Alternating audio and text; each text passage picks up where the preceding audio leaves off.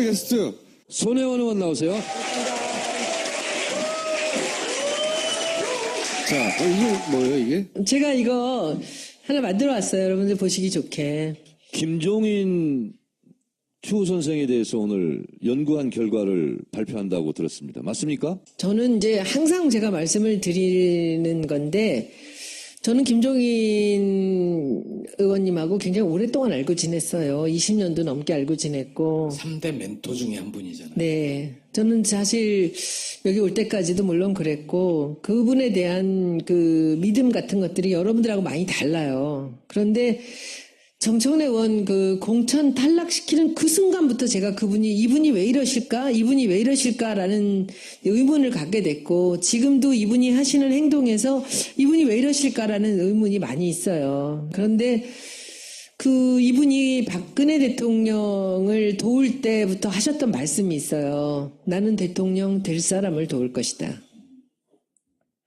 근데 그 얘기는 나쁜 쪽으로만 들을 수 없는 것이, 이제 연세가 많으시고 그러니까 내가 준비했던 이 경제 민주화나 그리고 통일 이후의 한국의 경제 이런 부분들을 연구를 많이 하셨는데, 그것들을 써야 되는데, 이 나라를 경영하는데 써야 되는데, 대통령을 도우면 그 대통령이 나한테 그 일을 시키지 않겠는가 라는 생각을 하신 거죠. 이게 얼마나 바보 같은 생각입니까? 근데 노무현 대통령 때도 필요할 때는 와서 도와달라고 그래서 뭐 만들어드리고 이렇게 했는데, 되고 나서는 다 등을 돌리더라. 근데 그때 제가 김종인 박사님한테 그 얘기를 들을 때는 그 사람들이 나쁘구나 라고 생각을 했는데, 이제 박근혜 대통령까지도 돌렸을 때만 해도 이분이 많은 그 선거에서 도움을 드렸는데 이렇게 등을 돌리는구나 했었는데, 제가 들어와서 문 대표님한테서 이 당권을 넘겨드리고, 그리고는 이제 총선을 준비하는 과정에서 그때 딱 의심을 하기 시작한 거예요. 이분이 왜 이러실까? 라고 했었는데, 그 뒤에 이제 우리가 오늘 이제 계속 드리는 말씀은 뭐냐 하면은, 대통령이 될 사람을 도우면 문재인을 도와야죠. 그쵸? 그런데 왜 이분이 문재인은 계속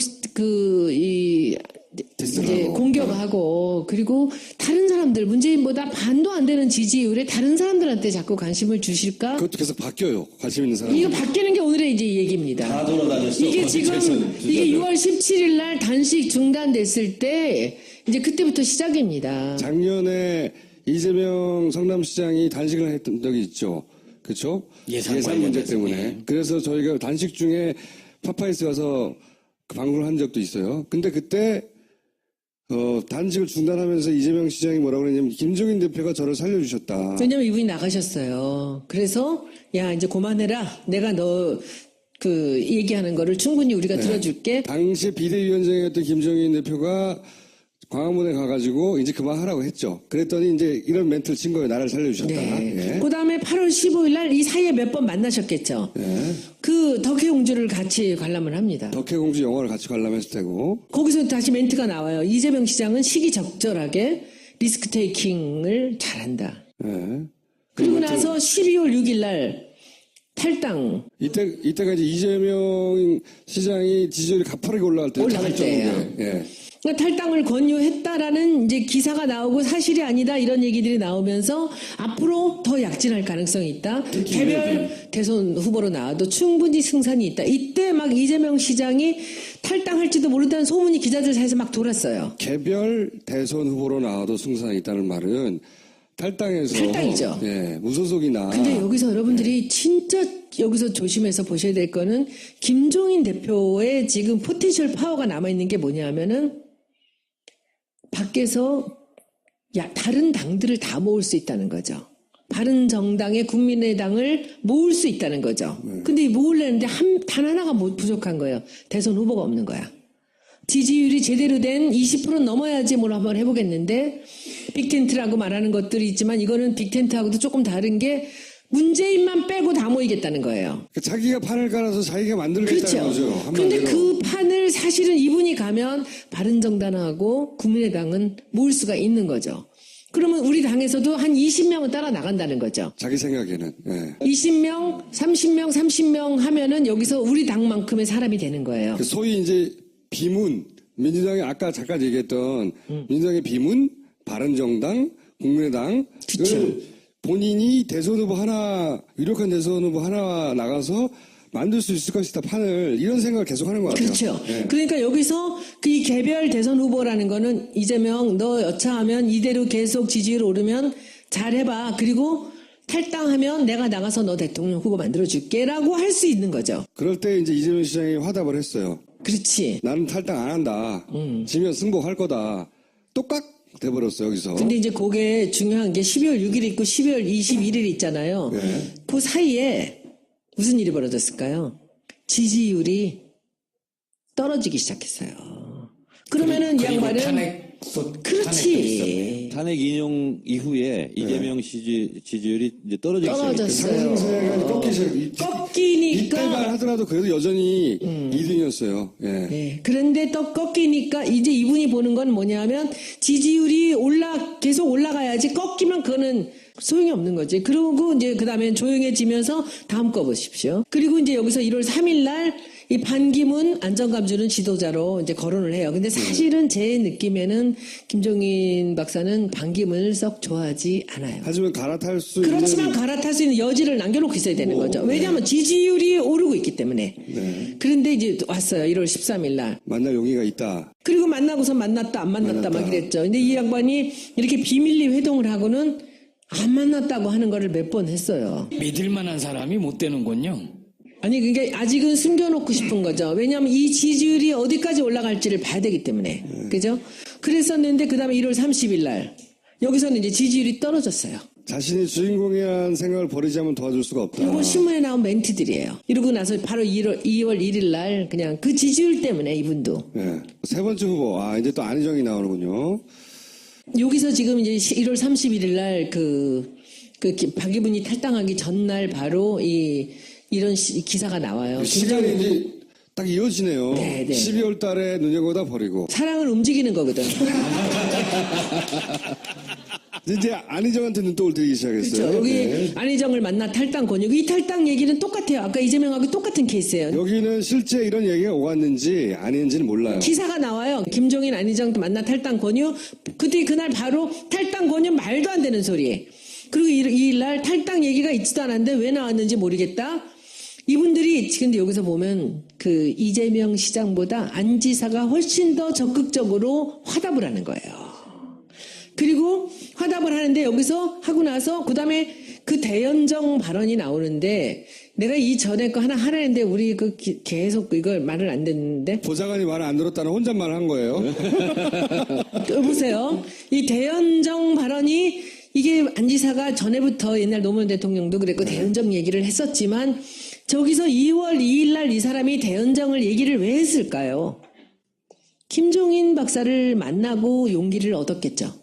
지금쯤 내가 이 얘기를 꺼내도 이제는 뒤에서 받쳐줄 사람이 있다라는 생각이 들었겠죠. 그리고 2월 7일 날 바로 화답이 나와요. 안희정의 대연정 가장 합리적인 이야기. 괄호치고 그러니까 둘이 내가 서로 하는 야 각자 언론을 갖고 이렇게 얘기를 하자. 오늘 여기 제가 드리는 말씀은 전부 제 상상력입니다. 근데 저는 여기서 이때까지는 대부분 동의하는데 여기서 그 안희정 도지사가 그 김종인 이야기를 듣고 대연정을 얘기했다. 요거는 저는 아니라고 봐요. 이 아니에요. 양반은 원래 하던 얘기예요. 이거. 하던 얘기인데 네, 근데 그걸 이거를- 입밖에 쉽게 못 냈죠. 냈어요. 근데 옛날에. 주목을 받지 못했는데 저는 요거는 픽업한 거라고 봐요. 안희정이 이런 얘기를 하자. 김종인이 이걸 픽업해서. 그러니까 저쪽에는 예. 처음 둘이 만날 때는 이미 대연정 얘기를 주고받았는데 그거 말 된다. 너 그거 밀어봐. 예. 이랬을 수가 있다는 얘기죠. 그렇죠. 이 얘기는 그냥 했을 수 있어요. 그 자신감이 없이는 여기서 지금 안 지사가 쉽게 이 얘기를 꺼낼 수 없습니다. 안희정이 김종인 때문에 힘을 받아서 이렇게 했다고까지는 저는 해석을 하진 않는데 요거를 픽업했다고는 생각해요. 확실하게. 여기서 보시면 2월 8일 날 해보세요. 여기서 전권을 주겠다는 얘기가 나와요. 바로 뒷날. 김종인에게 그 집권후 경제정책 전권을 나는 줄 수 있다라는 것을 던지는데 이것이 그냥 던진 게 아니라 서로 미리 얘기가 있었다는 얘기죠. 대연정 얘기가 나오기 전에. 그리고는 2월 9일 날 아니다. 둘이서 하루 뒤에 하루씩 차이를 두고 아니라고 얘기를 해요. 요거는 좀 소설인 것 같긴 한데. 아니야. 어쨌든. 아니야. 그러니까 왜냐하면 이거는 시기를 본 거예요. 근데 안희정 지사는 빨리 얘기를 하고 싶었을 거예요. 그런데 이분이 왜 그 얘기를 빨리 못하게 했을까? 지지율을 봐야 되니까. 지지율을 봐야 되는 거예요. 그때 지지율이 승승장구 오르고 있는 거예요, 여기서. 계속. 그러니까 지지율이 좀 나오고 난 다음에 이분이 보세요. 안희정한테서는 노무현 대통령 초기고 문재인한테 말기 모습. 또 디스를 하는 거야. 2월 14일 날.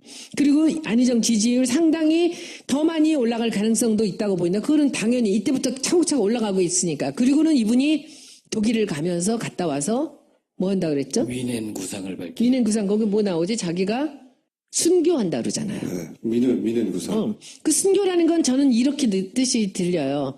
내가 대통령을 더 이상 도와주지 않겠다고 만들기에 나서지 않겠다고 했지만 이제 그 순교 얘기는 한 번 더 대통령 만들기에 나가겠다라고 얘기를 할 가능성이 있거든요. 그런데 중요한 거는 그 김종인 대표가 계속 개헌 얘기를 하잖아요. 내각제 개헌. 네. 그리고는 지난번에 자기가 만약에 대선에 나간다면 나는 3년 가겠다. 3년만 하고 그때 경제만 살려놓고 그만두겠다라고 얘기를 했죠. 대통령 임기 3년 3년. 단축. 본인이 나가겠다는 말을 한 건 아니었죠, 그때는. 아니 근데 그게 본인이 다음 대통령은 3년만 해라. 그게 이제 본인이 나가겠다는 생각이 많이 들을 때였었어요. 근데 그게 지지율이 안 되는 거죠. 그러니까는 요거는 나중에 편집해 주세요. 얘기할 테니까. 요건 편집해 주셔야 돼.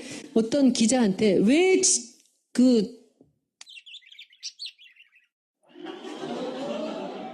요거는 살려야 되겠다고. 그래서 그 얘기를 했다는 거예요. 그게 언제냐면 총선 끝나고 얼마 안 있어서요. 농담을 했겠죠, 그때는. 아니야?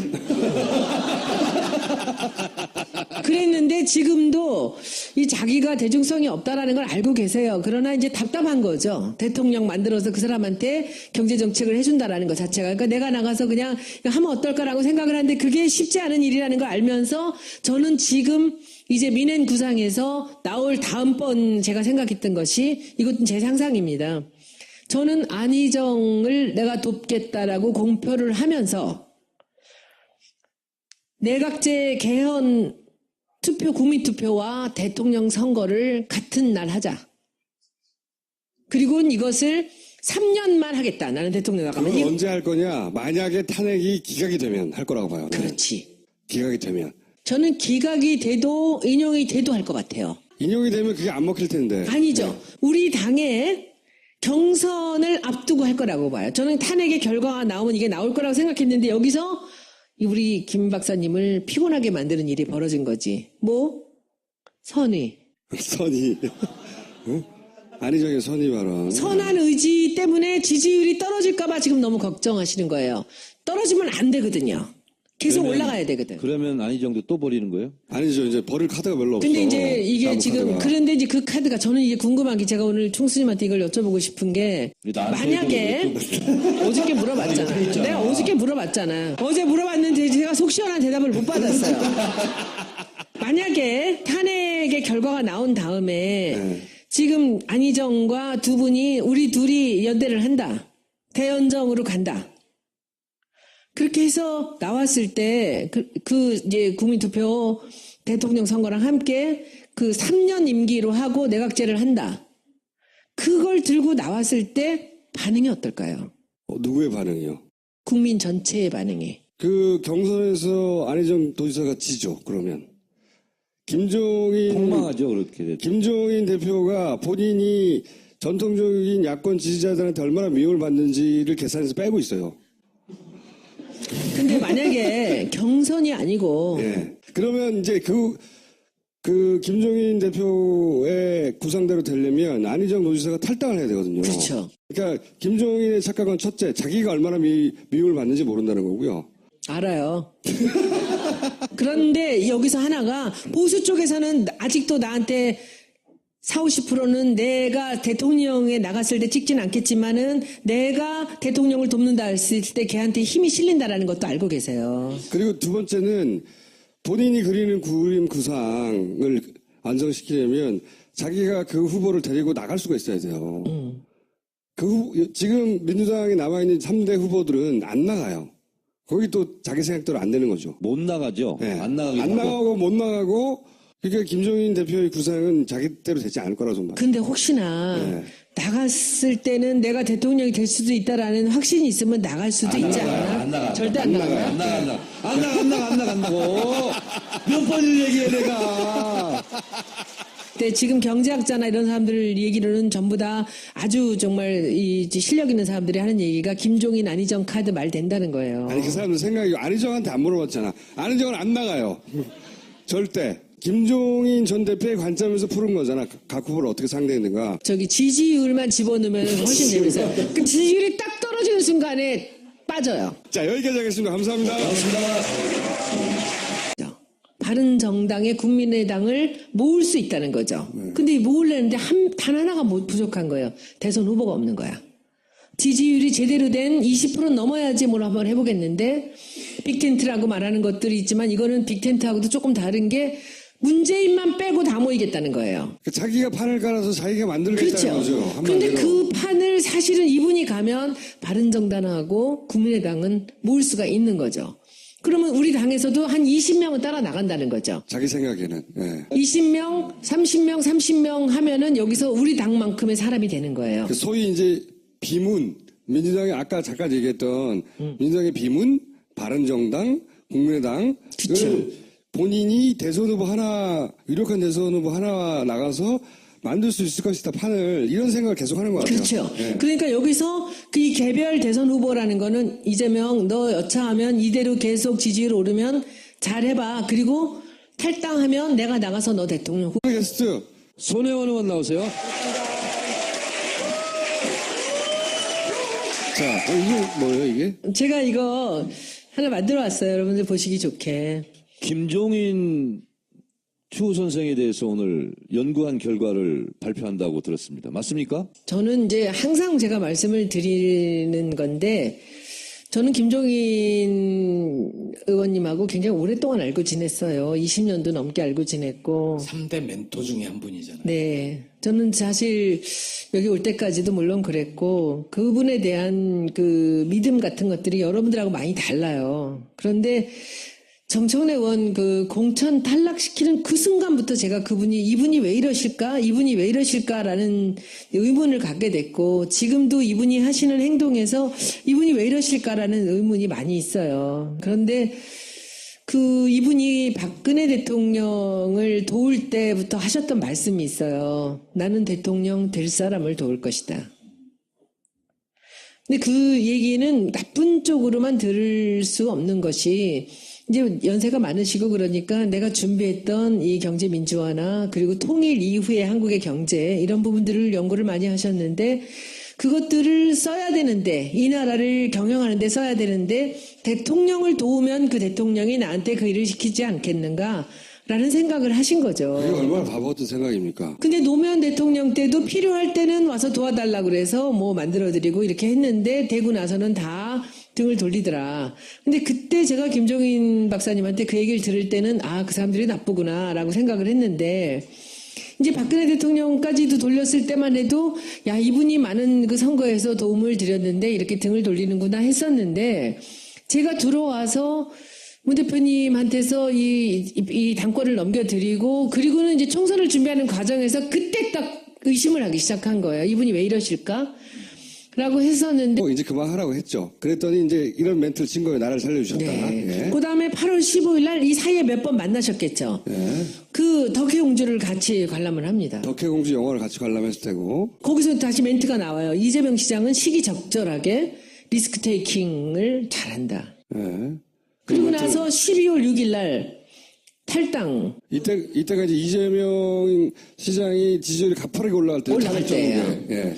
그러니까 탈당을 권유했다라는 이제 기사가 나오고 사실이 아니다 이런 얘기들이 나오면서 앞으로 더 약진할 가능성이 있다. 개별 대선 후보로 나와도 충분히 승산이 있다. 이때 막 이재명 시장이 탈당할지도 모른다는 소문이 기자들 사이에서 막 돌았어요. 개별 대선 후보로 나와도 승산이 있다는 말은 탈당이죠. 예, 무소속이나. 근데 여기서 여러분들이 진짜 여기서 조심해서 보셔야 될 거는 김종인 대표의 지금 포텐셜 파워가 남아있는 게 뭐냐면은 밖에서 다른 당들을 다 모을 수 있다는 거죠. 그 뒤에 이제 우리가 오늘 이제 계속 드리는 말씀은 뭐냐 하면은 대통령이 될 사람을 도우면 문재인을 도와야죠. 그쵸? 그런데 왜 이분이 문재인은 계속 이제 공격하고 그리고 다른 사람들 문재인보다 반도 안 되는 지지율에 다른 사람들한테 자꾸 관심을 주실까? 그것도 계속 바뀌어요. 관심 있는 사람. 이거 바뀌는 게 오늘의 이제 얘기입니다. 다 돌아다녔어. 이게 지금 이게 6월 17일 날 단식 중단됐을 때 이제 그때부터 시작입니다. 작년에 이재명 성남시장이 단식을 했던 적이 있죠. 그렇죠? 예산 문제 관련해서. 때문에. 네. 그래서 저희가 단식 중에 파파이스 가서 방문을 한 적도 있어요. 근데 그때 단식을 중단하면서 이재명 시장이 뭐라고 그랬냐면 김종인 대표가 저를 살려주셨다. 왜냐면 이분이 나가셨어요. 그래서 야 이제 그만해라. 내가 너 얘기하는 거를 충분히 우리가 들어줄게. 당시 비대위원장이었던 김종인 대표가 광화문에 가가지고